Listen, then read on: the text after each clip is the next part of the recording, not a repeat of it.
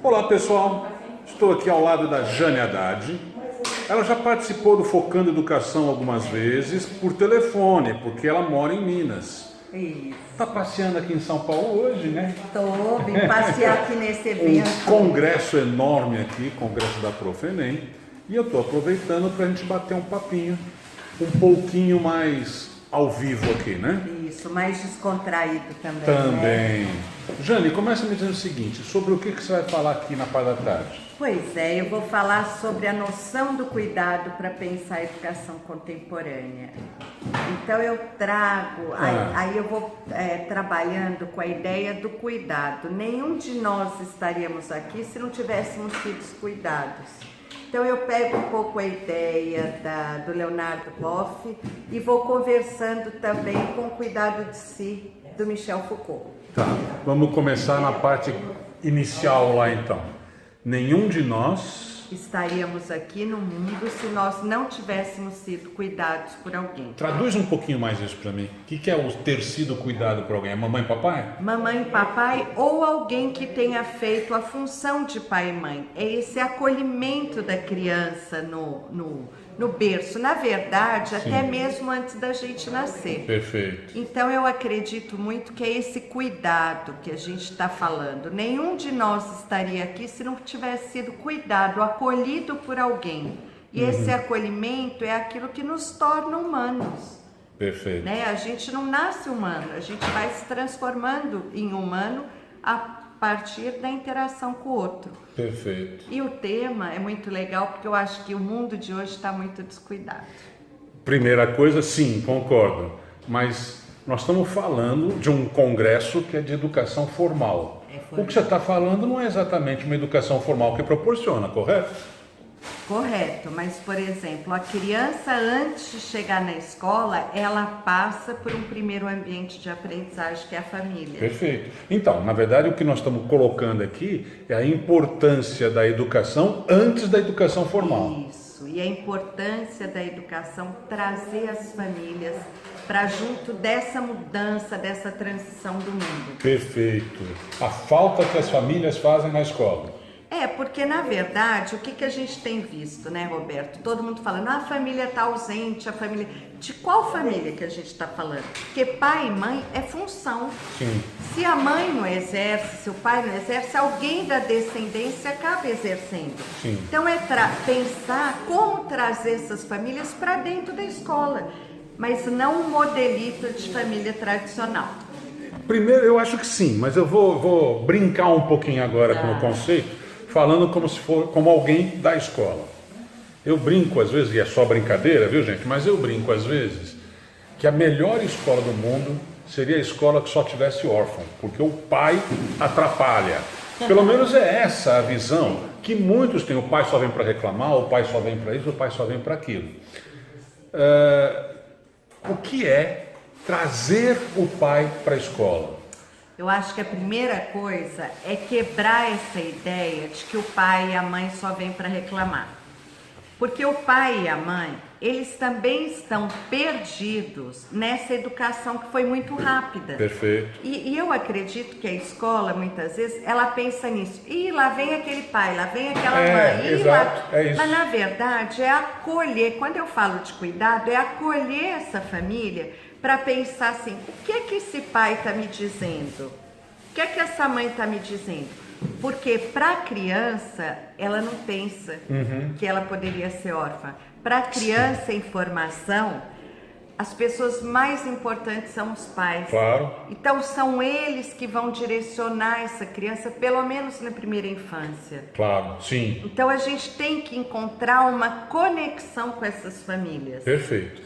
Ainda, não é polemizando exatamente, mas nesse sentido, eu vejo uma questão que começa com a família, que é escolher a escola.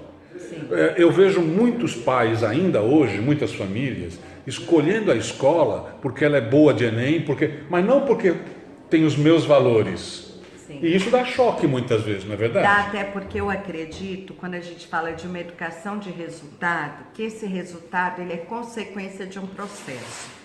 Se eu estiver numa escola que não conversa com os valores da minha família, daqueles valores que eu vivencio, eu vou entrar em choque desde sempre. Sim. Porque os valores, eles precisam de uma história para ser contada, de uma história para ser vivida. Então eu acredito muito que procurar uma escola porque ela tem uma boa aprovação no Enem é furada, até porque a gente não sabe que se quando essas crianças chegarem lá ainda vai ter Enem. Exato. Né? Começa daí. Sim. A formação, ela é contínua, integral e tem que ter sentido. Eu vou falar muito hoje sobre a questão da causa. Se a gente continuar numa educação que não faça sentido para essas crianças, esquece. A gente vai estar falando de indisciplina, de violência, de bullying, de fracasso escolar, tudo que vai contra o caminho da curiosidade, do amor pela aprendizagem, porque a gente aprende o tempo todo. Traduzindo, aquela escola que a gente conheceu não deve existir mais. Não deve, mas ela ainda existe. Ela ainda existe. Aliás, é a que mais existe ainda hoje. Que é essa coisa do poder, né? E a autoridade hoje em dia, ela não é imposta de cima para baixo. A gente pode achar que é, mas a criança e o jovem, eles te permitirão ou não de ser uma autoridade para eles. Claro. Se eles acharem que você não é coerente com aquilo que eles acreditam, esquece. Sim. Eles vão te infernizar. Então, eu acho que a escola atual é aquela escola que toca o coração das crianças, que toca o coração dos professores. Tem muitos professores que já deviam meio que pedir para sair. Primeiro, quem quer ser professor hoje? Por uma série de fatores, mas você tem falta de gente querendo ser professor. Segunda coisa e mais importante na minha visão, como se forma esse professor hoje? Quer dizer, os professores novos estão sendo formados com os mesmos vícios. Não? A primeira coisa, Roberto, eu acho que é a gente tirar da nossa cabeça aquele aluno ideal. Porque quando a gente forma no sentido de tentar formatar um ser em formação, a gente promete nas universidades que nós vamos receber crianças que aprendem de determinada forma e assim. E o que a realidade nos mostra é que não. A relação de aprendizagem, ela depende do outro também.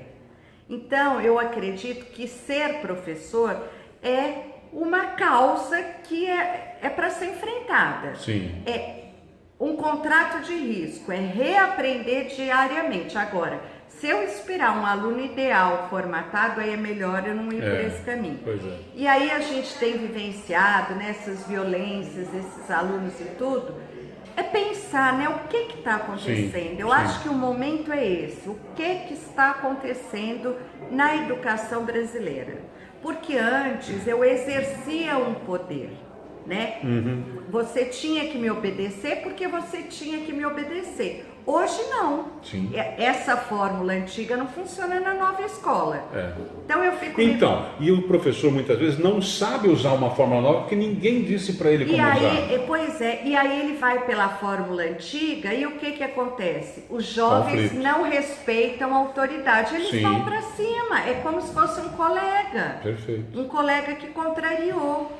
Então eu acredito que essa ligação, é esse canal, são os livros, são a interlocução com uma diversidade. Os vários congressos. Olha aqui quantas pessoas Está a gente lotado tem lá, viu, gente? Tem mais de 3 mil pessoas lá dentro. Pois é, e saber que não tem uma fórmula pronta. A educação está tendo que ser reinventada. E Perfeito. Cada um de nós tem um papel fundamental nisso. Agora, eu preciso acreditar. Qual que é a sua causa? A sua causa não pode ser só a sua sala de aula. Essa é a sua microcausa. A sua causa é a educação brasileira. Enquanto a gente estiver lidando com crianças fora da escola, com crianças passando fome, com crianças não tendo direito à saúde básica, nós vamos falar desse problema de educação brasileira.